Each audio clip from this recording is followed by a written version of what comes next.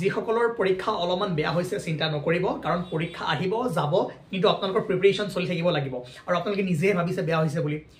relatively বহুতৰে বেয়া হ'ব পাৰে ঠিক আছে গতিকে ইমান ডাউন হ'ব দৰকাৰ নাই ৰিজাল্ট আহিলে নিশ্চয় গম পাব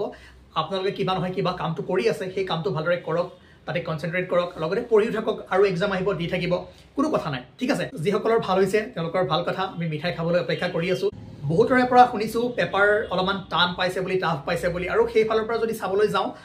ওভাৰঅল মডাৰেট টু টাফ এটো ক'ব লাগিব কাৰণ মই পেডাগজিখিনি ধৰিব পৰা নাই টান নে সহজ কাৰণ মই এটো নাজানো বাকি যদি ম্যাথছ আসামিনেট পিপল আৰু জিকে ইংলিশ এইখিনি চাওঁ তেনেহলে মই কওঁ যে পেপাৰখন ইমানো টাফ নাই ঠিক আছে আসামিনেট পিপল আৰু জিকে খিনিটো একেবাৰে সহজ আছিল ইংলিশ খিনি সহজ আছিল ম্যাথছত অলপমান সময় যাব মানে পাৰে ঠিক আছে দুইটা কোৱেশ্যনত যিমানখিনি এতিয়ালৈকে ইনফৰমেশ্যন পাইছো তাৰ ওপৰত এইখিনি ক'ব পাৰো যে ম্যাক্সিমামৰ 100 ৰ পৰা 110 ৰ ভিতৰত কিছুমানৰ 90 95 99 এনেকুৱা মাৰ্কস আহিছে গতিকে ওভাৰঅল যেতিয়া আমি কমপ্লিট ডিটেইলছ পাম তেতিয়া এটা কাট অফ এনালাইসিস কৰিম আৰু ভালদৰে আপোনালোকে গম পাই যাব ঠিক আছে পৰীক্ষা কেনেকুৱা হ'ল জনাব প্ৰথম মই এখাৰ কথা কৈছিলো যে ট্ৰাষ্ট KSGS আসাম ভৰসা ৰাখি ঠিক আছে মই আসামিনেট পিপল আৰু জিকে পৰ্চনটো পঢ়াইছিলো চাওক 4টা 5টা কোৱেশ্যন বাউন্সাৰ যাব সেইকিটা যদি বাদ দিয়ে ম্যাক্সিমাম 85 to 80% কোৱেশ্যন কনসেপ্ট যেনেকৈ পঢ়াইছিলো তেনেকৈ আহিছে পেডাগজি মই নাজানো কিন্তু আপোনালোকে জানে এই কাৰণে মই তাত বেছি মাথা মৰা নাই কিন্তু মোৰ পৰ্চনটো মই মোৰ বেছ দিছিলো আৰু আপোনালোকক কৈছিলো চিন্তা নকৰিব আৰামছে পঢ়ক PYQ বোৰ কিয় কৰাই আছিল গম পাইছে সকলোবোৰ কোৱেশ্যন PYQ ৰ পৰা উঠাই দিছে মানে সকলোবোৰ হলো ম্যাক্সিমাম কোৱেশ্যন APSC ৰ যিবোৰ ডিপাৰ্টমেন্টাল এক্সামৰ কোৱেশ্যন পেপাৰ আছিল বা APSC ৰ পেপাৰ আছিল তাৰ পৰাই মাজৰ পৰা টানি টানি কিছুমান কোৱেশ্যন বনাইছে আৰু সেই কাৰণে যিসকলে KSGS আসামত পঢ়িছিল নিশ্চয় ভাল কৰিছে এক্সাম যদি আপোনালোকে কৰিব পৰা নাই তাত মোৰ কোনো দুখ নাই আৰু যদি ভাবিছে মই এনে ব্লান্ডাৰ মাৰি আছো তেনেহলে এতিয়াও ক্লাছবোৰ আপলোড হৈ আছে বা যিসকলে PDF লৈছে এতিয়া আপোনালোকে খুলি চাওক কোৱেশ্যন মিলাওক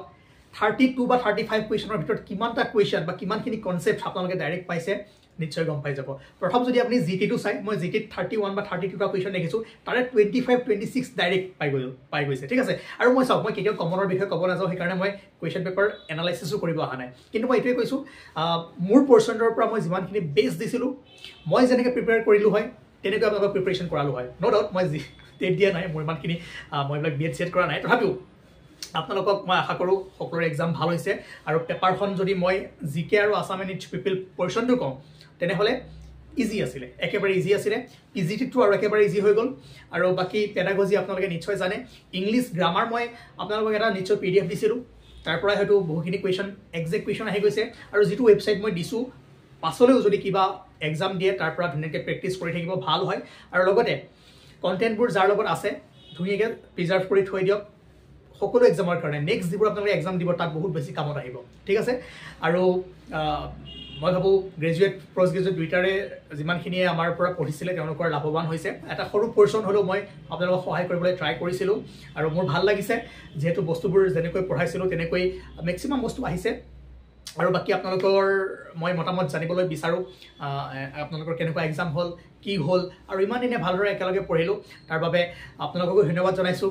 ইমানখিনি যে বিশ্বাস ৰাখিছিলে KSGS আসামৰ ওপৰত বা মোৰ ওপৰত আৰু আপোনালোকে যেনেকৈ মোক বিশ্বাস কৰিছিলে বা যেনেকৈ ভৰসা ৰাখিছিলে মই আখৰে আখৰে পালন কৰিব পাৰিলো নে নাই নাজানো কিন্তু মোৰ ফালৰ পৰা মই যিমানবোৰ প্ৰশ্ন কাকতখন চালো তেনেহলে মই সাকসেসফুল হৈছো বাকি আপোনালোকে কিমানখিনি পঢ়িছিলে কিমানখিনি ৰিভাইজ কৰিছিলে সেই বস্তুটো আপোনালোকৰ ওপৰত বাকি কেনেকৈ পঢ়িব লাগে বস্তুবোৰ কেনেকৈ চাব লাগে সেই বস্তুটো নিশ্চয় আপোনালোকে গম পাইছে আৰু যিবোৰ PIQ মই